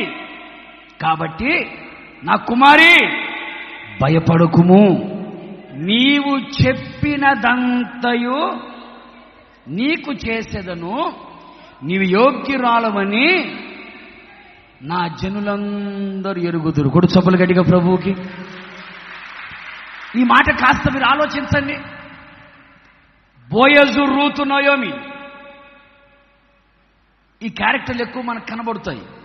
Naomi, Boaz, Ruth. బోయజు యేసు ప్రభు సాదృశ్యంగా కనబడుతున్నాడు. రూతు పెళ్లి కుమార్తె సంఘానికి సాదృశ్యంగా కనబడుతుంది. మనందరూ తెలుసు, రూతు ఒక మోయాబీరాలు, మూర్ఖపు వంశంలో పుట్టింది, మోటుతనములు కలిగినటువంటి జనాల మధ్యలో పుట్టి పెరిగిన మనిషి, ఒక విగ్రహారాధికురాలు, అన్యురాలు, విదేశురాలు, విధవరాలు, బీదరాలు. ఇన్ని రాళ్ళు ఉన్నాయి చూడండి. అవునా కదండి? చరిత్ర మనకు తెలిసిందే. నయముతో పాటు వచ్చింది, బెత్లెహేముకు వచ్చింది. అక్కడికి వచ్చిన తర్వాత ఆమె జరిగిన సంభవం మనకి అందరికీ బాగా తెలుసు. ఇప్పుడు బోయజు ఆమెను గురించి ఒక చక్కని మాట మాట్లాడుతున్నాడు. నువ్వు యెహోవా చేత దీవెన నొందిన దానవమ్మ. అవునయ్యా, అవును. ఎందుకంటావు అంటే వెంటనే అంటాడు, నీ మునుపటి సత్ప్రవర్తన కంటే కూడా ఇప్పుడున్నటువంటి సత్ప్రవర్తన ఎక్కువైంది. అంతకు ముందున్న సత్ప్రవర్తన, ఇది అక్టోబర్లో ఉన్న సత్ప్రవర్తన కంటే కూడా నవంబర్లో ఉన్న సత్ప్రవర్తన ఏమవ్వాలి? ఎక్కువ అవ్వాలి. అప్పుడున్న సత్ప్రవర్తన కంటే ఇప్పుడున్న సత్ప్రవర్తన ఎలా ఉంది? చాలా ఎక్కువగా ఉందమ్మా అని చెప్పి ఏమంటా తెలుసా? ఇదిగో నువ్వు చెప్పినదంతా నేను చేస్తా. ఇప్పుడు యేసు ప్రభు బోయజుగా కనబడుతున్నాడు, రూతు సంఘముగా మనముగా కనబడుతున్నాం. ఇప్పుడు యేసయ్య చెబుతున్న మాట, నీవు చెప్పినదంతయు నేను నీకు చేస్తాను. మారని భర్త కోసం, మారని పిల్లల కోసం, మారని భార్య కోసం ప్రార్థన చేసిన అదే చెప్పుకుంటున్నావా? నీకు ఇల్లు అవసరంగా ఉందా? ఉద్యోగం అవసరంగా ఉందా? వివాహం అవసరంగా ఉందా? పిల్లలు అవసరంగా ఉన్నారా? ఆర్థికంగా అవసరత నీకు ఉందా? ఇంటి స్థలం నీకు అవసరంగా ఉందా? వాహనం నీకు అవసరంగా ఉందా? నువ్వు చెప్పినదంతా కూడా నేను చేస్తా. ఎప్పుడు చేస్తానో తెలుసా? నీ సత్ప్రవర్తన ఏమవ్వాలి? ఎక్కువ అవ్వాలి. నీ క్యారెక్టర్ను బట్టే దేవుడిని ఆశీర్వదిస్తాడు. గుర్తుపెట్టుకో. నువ్వు ఎంతకాలం నుంచి మందిరానికి వస్తున్నావు అని కాదు ముఖ్యం, నువ్వెంత సీనియర్వి అని కాదు ముఖ్యం, నువ్వు ఎంత కానుకలు ఇస్తున్నావు, దశమ భాగాలు ఇస్తున్నావు అని కాదు ముఖ్యం, తెల్లబట్టలు వేసుకున్నావా లేదా అని కాదు ముఖ్యం. నీ క్యారెక్టర్ ఏంటి? నీ సత్ప్రవర్తన ఎలా ఉంది? నీ చూపు ఎలా ఉంది, నీ తలంపులు ఎలా ఉన్నాయి, నీ ఆలోచన ఎలా ఉంది, నీ పద్ధతి ఎలా ఉంది, నీ భక్తి ఎలా ఉంది, నీ ప్రార్థన జీవితం ఎలా ఉంది, నీ విశ్వాస జీవితం ఎలా ఉంది, నీ పరిశుద్ధమైన జీవితం ఎలా ఉంది, ఒంటరిగా ఉన్నప్పుడు ఎలా ఉన్నావు, సంఘములో ఉన్నప్పుడు ఎలా ఉంటున్నావు, బంధువుల మధ్యలోకి వెళ్ళినప్పుడు ఎలా ఉంటున్నావు, లోకములో ఉన్నప్పుడు నీవు ఎలా ఉంటున్నావు, నీ మాట తీరు, నీ నడక, నీ ప్రవర్తన ఎలా ఉంది. నీ ప్రవర్తనను బట్టే దేవుడు నువ్వు చెప్పింది చేస్తాడు. నీ క్యారెక్టర్ కనుక బాగా లేకపోతే నువ్వు ఎంత ఏడ్చినా కూడా దేవుడు చెయ్యడు.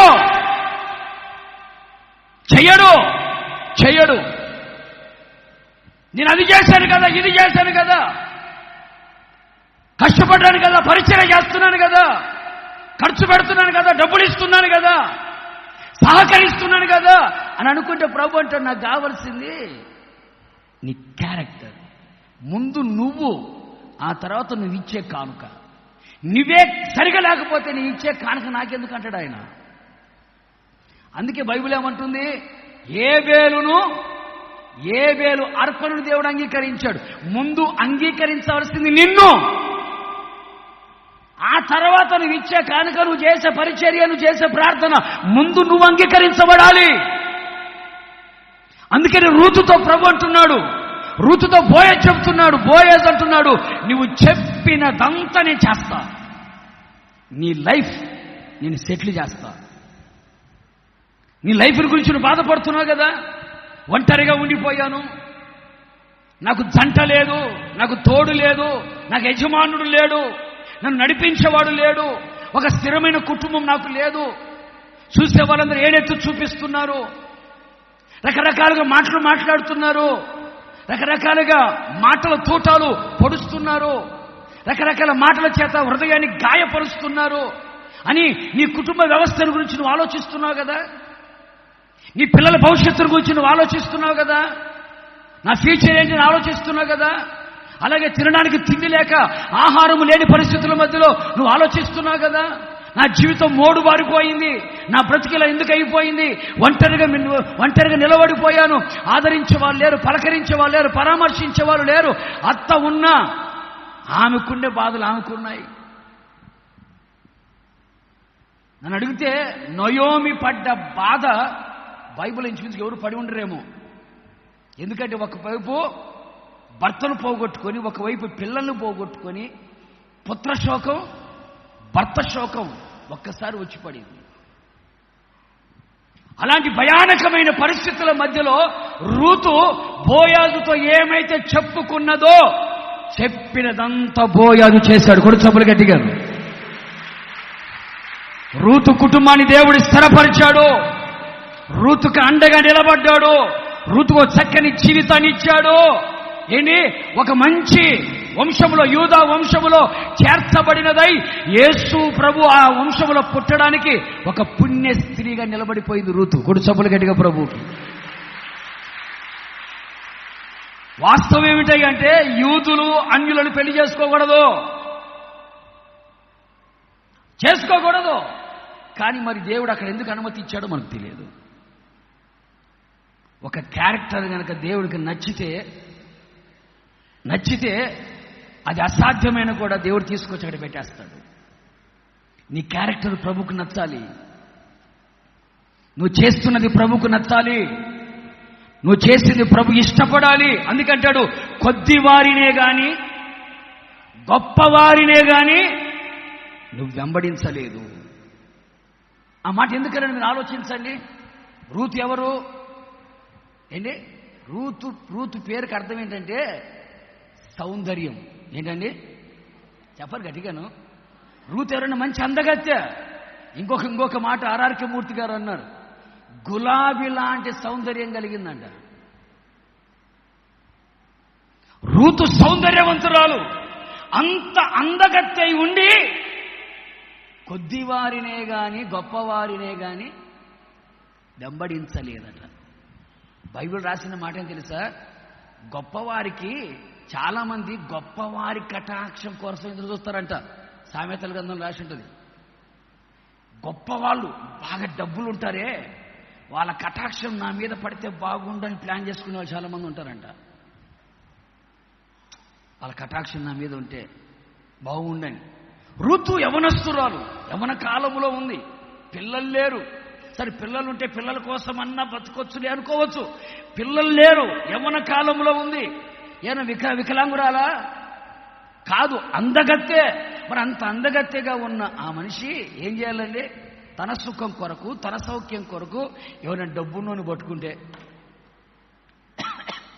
మాట్లాడేంటండి? ఈరోజు జరుగుతున్నా ఇది కాదా? కొంచెం డబ్బున్నోని పట్టుకుంటే లైఫ్ సెటిల్ అయిపోయిందండి.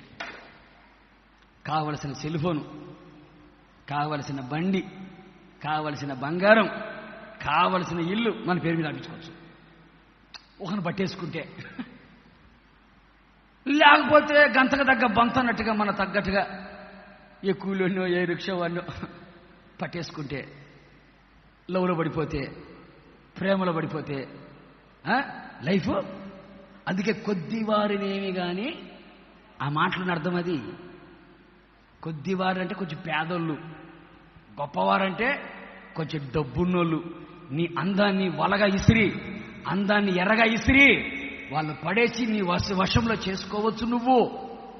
కానీ నువ్వు అలా చేయలేదు. గుడిచొబ్బలు గట్టిగాను. అన్యురాలి వై ఉండి కూడా నువ్వు అలా చేయలేదు.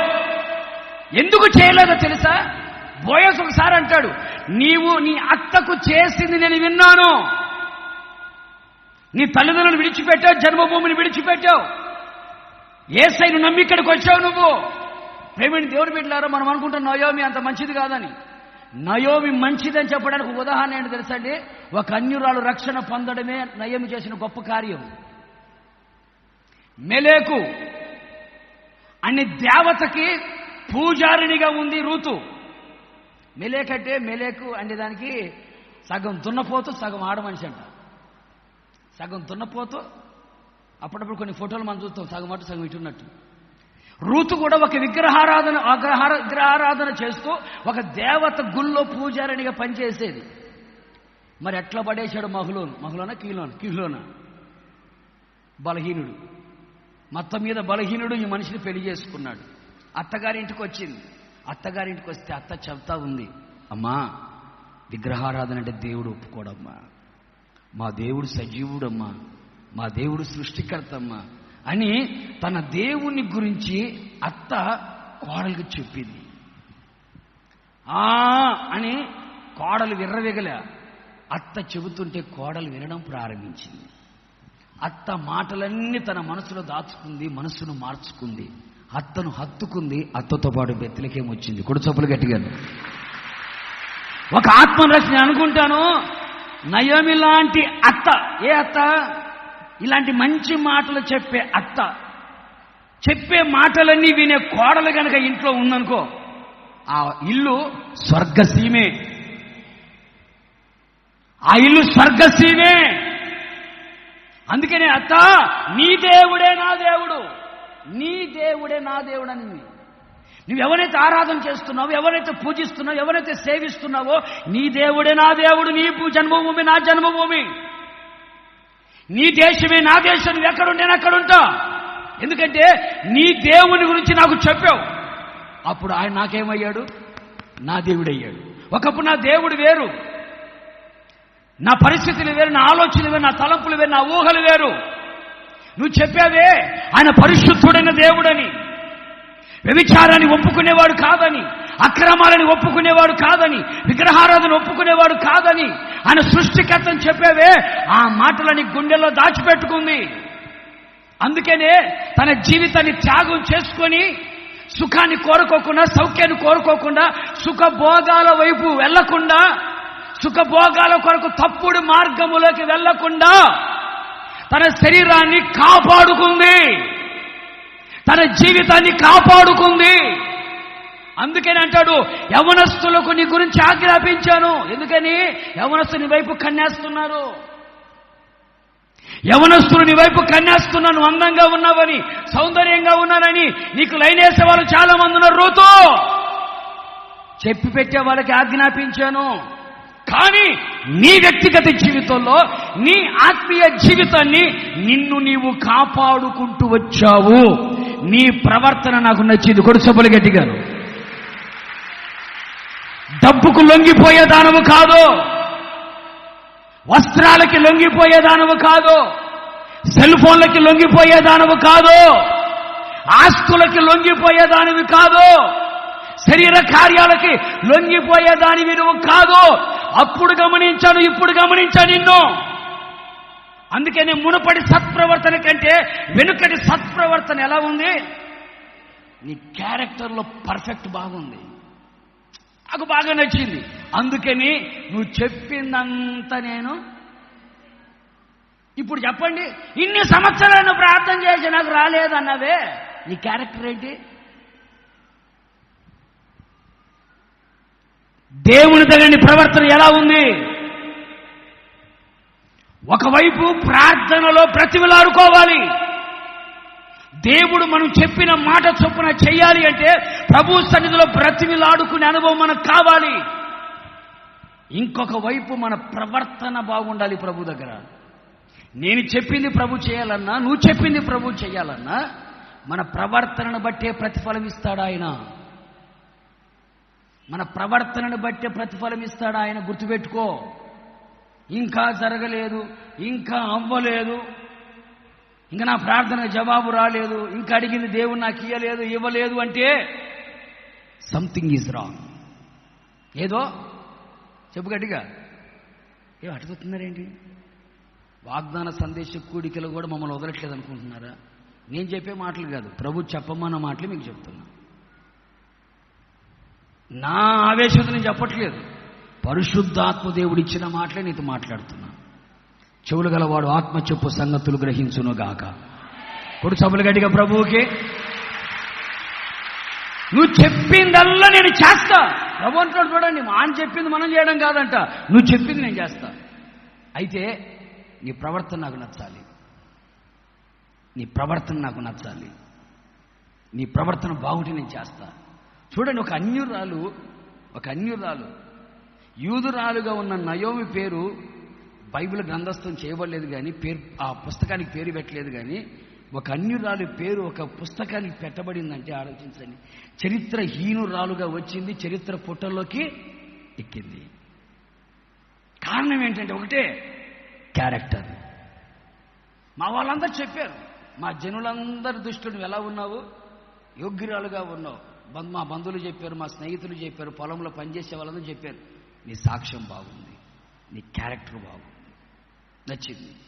అందుకని నువ్వు చెప్పిందంత నేను చేస్తా. ఎంత మంచి మాట, నువ్వు చెప్పిందంత చేస్తా. కారణం ఏంటంటే మీ రూతు గ్రంథాన్ని చదివితే రూతు అంటది, అయ్యా నా మీద నీకెందుకు కటాక్షం కలిగింది? నా మీద నీకెందుకు కటాక్షం కలిగిందయ్యా? నేను ఒక విధవరాలని, నేను ఒక అన్యురాలని, నేను ఒక విదేశీరాలని, నేను ఒక పేదరాలుని. నా మీద నీకెందుకు కటాక్షం కలిగింది? నీ మీద నా కటాక్షం కలగడానికి గల కారణం ఏంటంటే నీ క్యారెక్టర్.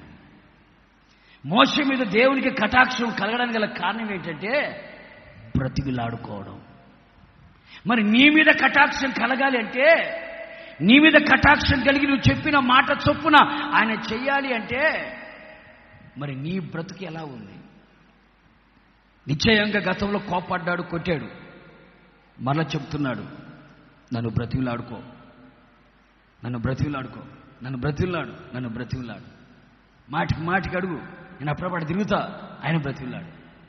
బొంగమూతి పెట్టుకుంటా, ఆయన బ్రతికిలాడు. ఏంటి మొహం చాటేసుకుంటా, ఆయన నన్ను బ్రతికిలాడు. నువ్వు బతిమాలుకుంటే నేను కటాక్షిస్తా. నేను కటాక్షించానా, నువ్వు చెప్పిందల్లా నేను చేస్తా.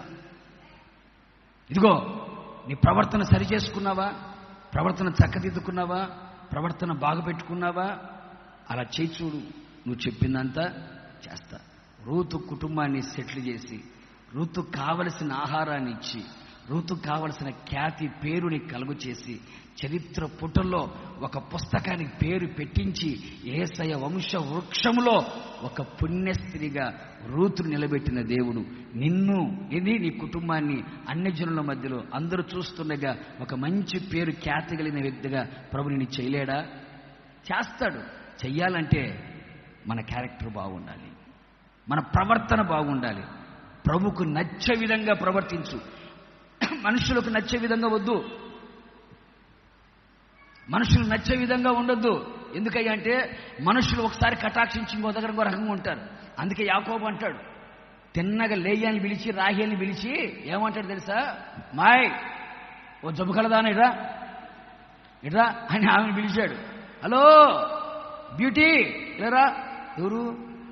మీకు తెలియదు. రాహేల్ని పిలిచాడు, జబ్బుదాన్ని పిలిచాడు, అందగత్తెని పిలిచాడు. పిలిచి ఏమంటాడు తెలుసా?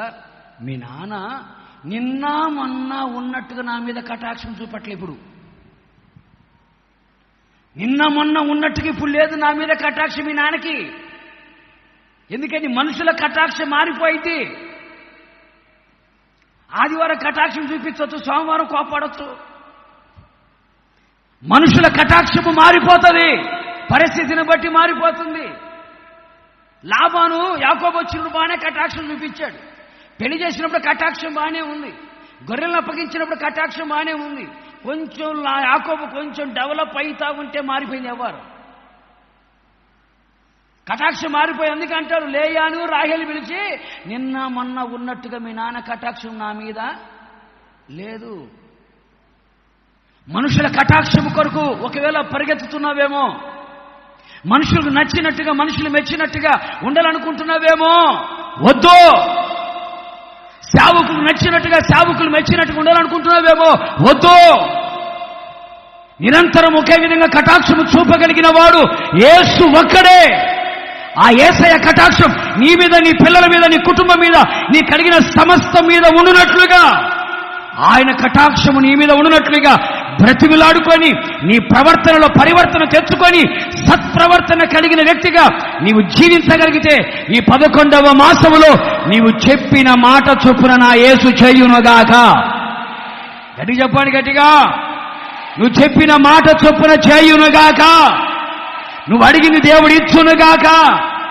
దేవుని చిత్తానుసారముగా అడిగెదముగాక. దేవునికి అనుకూలముగా అడిగెదముగాక. మన స్వార్థము కొరకు, మన సుఖభోగముల కొరకు అడగకుండా దేవుని చిత్తానుసారముగా మనం అడిగెదముగాక. నా దేవుడు ఆ విధంగా చేస్తాడు. ఎప్పుడయ్యా అంటే నీ మీద నాకేం కలగాలి? కటాక్షం. మూడోదిగా చెప్పి నేను ముగించేస్తాను. చూడండి 3వ మాట, 44వ కీర్తన.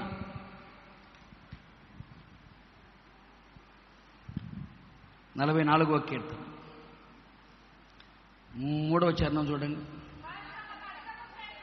వారు తమ ఖడ్గము చేత దేశమును స్వాధీనపరుచుకొనలేదు, వారి బాహు వారికి జయమియ్యలేదు. నీవు వారిని కటాక్షించితివి గనుక నీ దక్షిణ హస్తమే, నీ బాహువే, నీ ముఖ కాంతి వారికి విజయము కలుగజేసెను. కోరహు కుమారులు రాసుకున్న కీర్తన. ఎవరండి? కోరహు కుమారులు రాసుకున్నారు. కోర వంశములు చాలా మంది చనిపోయారు, కొంతమంది మిగిలారు. ఎందుకని? కోరహు వంశములో కొంతమంది చేరకుండా తప్పుకున్న వాళ్ళు ఉన్నారు, వాళ్ళలో మిగిలారు కొంతమంది. ఆ కోరహు కుమారులు చెబుతున్నారు ఏమని? అయ్యా, వారు తమ ఖడ్గము చేత దేశమును స్వాధీనపరచుకోలేదు, వారి బాహు వారికి జయాన్ని ఇవ్వలేదు. మరి ఎవరిచ్చారు జయం వాళ్ళకి? ఆ దేశాన్ని ఎలా స్వాధీనపరుచుకున్నారు? వాగ్దాన దేశంలోకి ఎలా చేరారు? వాగ్దానానికి వారసులుగా ఎలా మారారు? వాగ్దాన భూమిలో వాళ్ళు చేరి వాగ్దానాన్ని అనుభవించడానికి గల కారణం ఏంటి? ఒకే సింపుల్ ఒక మాట అన్నాడు, నీవు వారిని. ఆ మాట కొంచెం గట్టిగా చెప్పండి. నీవు వారిని కటాక్షించవంతే. నీ కటాక్షం వారి మీద ఉంది కనుకనే వారికి జయం కలిగింది. కొడు చప్పులు గట్టిగాను, గట్టి కొట్టు. వారికి జయం ఎందుకు కలిగింది? ఇశ్రాయేలు విజయోత్సవాలతో ఊరేగించబడం గల కారణం ఏంటి? వెళ్ళిన చోట నెల్ల జయం పొందడం గల కారణం ఏంటి? పెట్టిన అడుగల్ల నేతిలో పడ్డం గల కారణం ఏంటి? అడుగుపెట్టిన ప్రతి భూమిని స్వాధీనపరచుకోవడానికి గల కారణం ఏంటి? వాళ్ళే పెద్ద బడాయి మాట్లాడుతున్నారు. ఏమని? మా ఖడ్గము, చూడండి, మా ఖడ్గము చేత మేము జయించాము, మా బాహు మమ్మల్ని జయమిచ్చిందని చెప్పుకుంటున్నారు. అయ్యా, వాళ్ళ ఖడ్గము కాదు, వాళ్ళ బాహువు కానే కాదు, నీ కటాక్షమే. ప్రియమైన దేవుని చాలా మంది అనుకుంటారు, అన్నా రెక్కల కష్టార్జితమని ఇల్లు కట్టాను. చెప్పరేటండి? ఒకప్పుడు తినడానికి తిండి లేదన్నా, కట్టుకోవడానికి బట్టలు లేవన్నా, ఉండడానికి ఇల్లు లేదన్నా, రాత్రి పగళ్ళు ప్రయాసపడి రెక్కల కష్టార్జితము చేత పైసా పోగు చేసి కడుపు కట్టుకొని నోరు కుట్టుకొని రక్తాన్ని దారపోసి చెమట రక్తంగా చేసి ఈ రోజున ఈ స్థితికి రావడం కారణం కష్టపడ్డానన్నా అంటారు. ఇంకొక ఇంటికైతే అన్నానన్నా, నాదేముందన్నా, దేవుని కనికరం అన్నా. చూసారండి? చాలా మంది అనుకునే మాట ఏంటంటే, నా బలము వలన, నా శక్తి వలన, నా టాలెంటు, నా తలాంతు వలన నేను ఇంత సంపాదించాను, ఇంత చేశాను అనుకుంటారు. బైబిల్ అంటుంది, నీ తలాంతులు కాదు, నీ బలము కాదు, నీ జ్ఞానము కాదు, నీ తెలివితేటలు కాదు, నీ ఖడ్గము కాదు, నీ బాహువు కాదు, దేవుని కటాక్షము. ఇది నా వల్ల జరిగింది, నా బలం వల్ల జరిగింది, నా శక్తి వల్ల జరిగింది, ఇది నా ఉద్యోగం వల్ల జరిగింది, నా వ్యాపారం వల్ల జరిగింది, ఇది నా వల్ల అనుకుంటున్నావు కాదు. దేవుడు ఒక్క సెకను, నిమిషం కూడా కాదు, ఒక్క సెకన్ అట్లా అన్నాడా, నీ ఉద్యోగం ఏమైపోయింది? యోబు కోట్లకు పడగలెత్తినోడండి. ఊజు దేశంలో తూర్పు దిక్కున ఎంత దూరం వెళ్ళినా ఎవరి గురించి చెప్పుకుంటారండి? ఒక్క సెకరట ప్రభు వదిలేశాడు. ఏమయ్యాడండి? మన బలము, మన శక్తి ఏది పనికిరాదు. నేను ప్రార్థన చేస్తే, కొంతమంది వాళ్ళ తలాంతులు పెట్టుకుంటారు. నేను ప్రార్థన చేస్తే జరిగింది,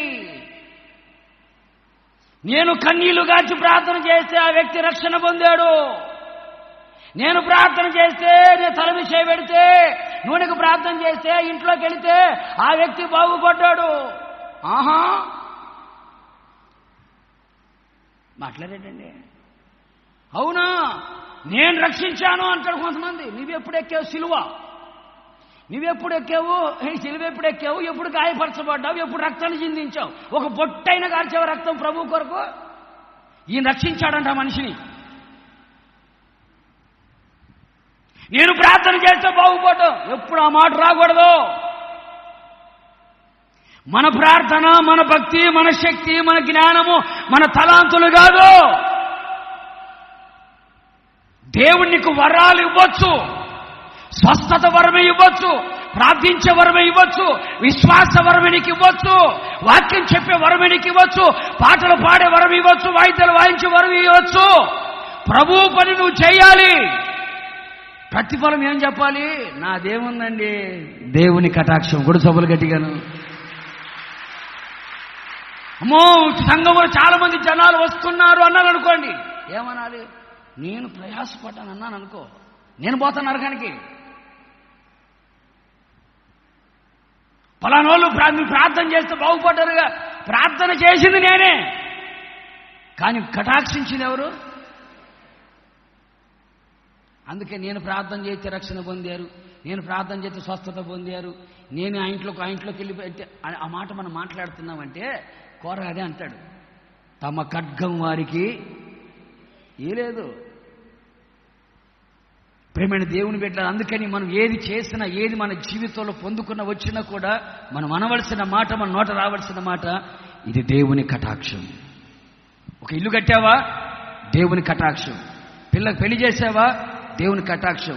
పిల్లలు పుట్టారా, దేవుని కటాక్షం. పిల్లలు ప్రయోజకులు అయ్యారా, దేవుని కటాక్షం. ఒక మంచి వాహనం తీసుకున్నావా, దేవుని కటాక్షం. నీ కుటుంబంలోనో రక్షణ పొందారా, దేవుని కటాక్షం. ప్రతి దేవుని కటాక్షము లేకపోతే, దేవుని కనికరం లేకపోతే ఏది జరగదు. అందుకని మన ఖడ్గము కాదు, మన బలము కాదు, మన శక్తి కాదు, మన జ్ఞానము కాదు, మన బాహువు కాదు. వాళ్ళు చెప్పుకున్నారు అట్లాగా, వాళ్ళు అలా మాట్లాడుకుంటున్నారు. తమ ఖడ్గం వారికి జయం ఇవ్వలేదయ్యా, వారి బాహువు వారికి జయం ఇవ్వలేదు. మరి ఎవరిచ్చారు జయం? నీవు కటాక్షించితివి గనక. కొడుచబలు గట్టిగా. శత్రువుల మీదకి వచ్చినా, ఎర్ర సముద్రం ఎదురుగా నిలబడినా, యోర్దానే పరవలు తొక్కుతున్నా, గొల్యాత ఎదురుగా ఉన్నా, ఎరుకో గోడలే ఉన్నా, శత్రువులే ఉన్నా, జయమిచ్చిందెవరు? నీవు కటాక్షించావు గనకనే. నీ కటాక్షమే వారికి ఆయుధముగా మారింది. నీ కటాక్షమే జయానికి పునాదిగా మారింది. నీ కటాక్షం ఉన్నందువలనే శత్రువులు బెంబేలెత్తిపోయేటట్టుగా మారారు. కారణం నీ కటాక్షం. నిశ్చయముగా ఈ మాసంలో గతంలో దేవుడు కోపడ్డాడు, కొట్టాడు. ప్రతిది ఫెయిల్యూర్, అపజయం, అపజయం, అపజయం, అపజయం. ఉద్యోగంలో అపజయం, వ్యాపారంలో ఓటమి, చేస్తున్న పనుల్లో ఓటమి, కుటుంబ వ్యవస్థలో ఓటమి, అపజయాన్ని, ఓటమిని ఎదురు చూస్తూ వచ్చావు. గతంలో 10 మాసాల్లో కోపడ్డాడు, కొట్టాడు గనకనే అపజయం. ఇప్పుడు కటాక్షిస్తూ పోతున్నాడు గనకనే మనకు జయం. కొడు సభలు గట్టిగా. ఈ 11వ మాసంలో నా దేవుడు మనకు జయమిచ్చునుగాక. చెప్పాలి గట్టిగా, జయమిచ్చునుగాక, జయమిచ్చునుగాక. రాసి పెట్టుకో. 10 మాసాలు ఎందులోనూ ఓడిపోతూ ఓడిపోతూ ఓడిపోతూ వచ్చావో, ఓటమి పాలవుతూ వచ్చావో రాసి పెట్టుకో. ఈ మాసంలో చెప్పు, ప్రభువా నా బలము కాదు, నా శక్తి కాదు, నా జ్ఞానము కాదు, నా తెలివితేటలు కాదు, నా తలాంతులు కాదు, నాకున్న డబ్బు కాదు, నా కుల బలం కాదు, నా డబ్బు బలము కాదు, నా హోదా బలము కాదు, నాకు నా ఉద్యోగం కాదు, నా వ్యాపారం కాదయ్యా, నీ కటాక్షమే అని ప్రభు మీద నువ్వు ఆధారపడు. ప్రభు మీద ఆధారపడు, ప్రభు మీద ఆధారపడు. ఏది చేసినా ప్రభువే, ప్రభువే. ఏంటి? ప్రభు మీద ఆధారపడి ప్రభు చెప్పు. ఇది ఎలా జరిగింది? ప్రభు పేరు చెప్పు.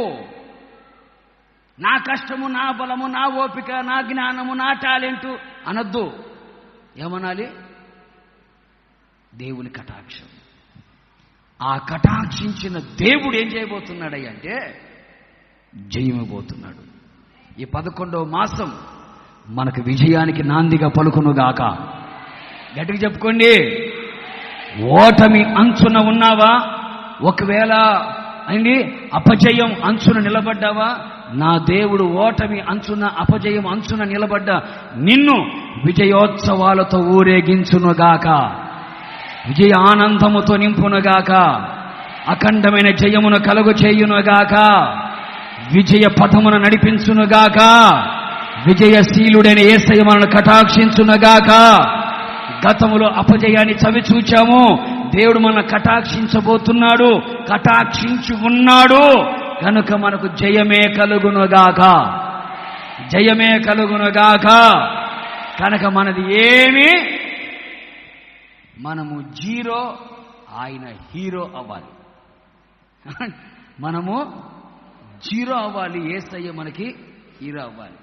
అట్లా కాకుండా నీవు హీరోని చేసుకొని ఆయన జీరోగా చేసావంటే బతుకు బస్టాండ్ పాలే. యేసయ్యకు మనం వేదికగా ఉండాలి కానీ ఏంటి, యేసయ్యకి మనం వేదికగా ఉండాలి. అంతేగాని యేసయ్యని వేదికగా మనం చేసుకోకూడదు. అర్థమైంది నా మాట? యేసయ్యని వేదికగా చేసుకోకూడదు. మనం ఆయనకి వేదికగా మారాలా, వేదికగా మన జీవితంలో నిలిచి ఉండాలి. అంటే ఆయన వేదిక చేసుకొని మనం పైకి రాకూడదు. ఆయన మరువు చేసుకొని మనం కనబడాలని కోరుకోకూడదు. ఈరోజు చాలామంది సేవకులు ఇదే చేస్తున్నారు. చాలామంది సేవకులాగా చేస్తున్నారు. యేసయ్యని పక్కన పెట్టి నేను ప్రార్థన చేస్తే, టీవీలో చూడట్లే, నేను కోటి శ్రేస్తే, నేను కొబ్బరి నాకు ప్రార్థన చేస్తే, కాదు, దేవుని కటాక్షమే జయమిచ్చునుగాక. దేవుని కటాక్షమే జయమిచ్చునుగాక. దేవుని కటాక్షమే జయమిచ్చునుగాక. ఎక్కువ వివరించాను, ముగించేస్తున్నాను. నేను కోపడ్డాను, నేను కొట్టాను, చితగ్గొట్టాను. కొట్టాను, బాగా కొట్టాను, చితగ్గొట్టాను. కొంతమంది కొట్టించుకున్న వాళ్ళు ఉన్నారు, బాగా కొట్టించుకున్న వాళ్ళు ఉన్నారు, చితగ్గొట్టించుకున్న వాళ్ళు ఉన్నారు, పైన కొట్టించుకున్న వాళ్ళు ఉన్నారు. అవునా కాదండి? ప్రభు మమ్మల్ని కొట్టలేదన్న వాళ్ళు అల్లిలేదండి. నేను కూడా అనట్లేదు, నన్ను కూడా కొట్టాడు. నన్ను కూడా కొడుతూనే ఉన్నాడు ఆయన, కొడుతూనే ఉన్నాడు. అందుకే ఈ నెల అంటున్నాడు, కొట్టింది చాలే, ఇక కొట్టింది చాలు, ఇంకా ఇక నీ మీద నేను చెప్పాలి. ఏం చెప్పాలి ప్రభు అంటే, ప్రభు అంటున్నాడు, ఇంతవరకు కొట్టాను, కోపించుకునే వాత్సల్యతను చూపిస్తాను కదా. ఈ సంవత్సరం అంతా కొట్టా. మార్చి నెల స్టార్ట్ చేశా. భారతదేశంలో మార్చి నెల నుంచి స్టార్ట్ చేశా. ప్రపంచ దేశాలు అంటావా, డిసెంబర్లో స్టార్ట్ చేశా. 2019 డిసెంబర్లో స్టార్ట్ చేశా. భారతదేశంలో మాత్రం గుడాల పండుగ వరకు ఆపి ఆ తర్వాత కొట్టడం స్టార్ట్ చేశా. నెలకి కొట్టుడు మారిపోతూనే ఉంది. అందుకే నేనే, నన్ను శాంతిపరిచారుగా, ప్రార్థనలు చేశారుగా, కన్నీళ్ళు విడిచారు కదా, ఉపవాసాలు ఉన్నారు కదా, ఏంటి సంఘంగా కూడి ప్రార్థన చేశారు కదా, అందుకని నేను శాంతపడ్డాను. మీరు నా వైపు తిరిగారు కదా, నేను మీ వైపు తిరిగాను. కోపడ్డాను, ఇప్పుడు కటాక్షిస్తున్నాను. కొట్టాను, ఇప్పుడు జాలి పడుతున్నాను అని చెప్పి కటాక్షించిన దేవుడు ఇక మీదట మిమ్మల్ని దీవించి దీవెనకరంగా ఉంచబోతున్నాను. కటాక్షించిన మిమ్మల్ని మీరు చెప్పిన మాట చొప్పున నేను చేయబోతున్నాను. కటాక్షించాను గనక ఇక మీదట మీకు జయమే కలుగునుగాక. నిశ్చయముగా దేవుడు మన సంఘాన్ని కటాక్షించునుగాక. కటాక్షణము చూపిన దేవుడికి చేతులెత్తి స్తోత్రం చెప్దామా?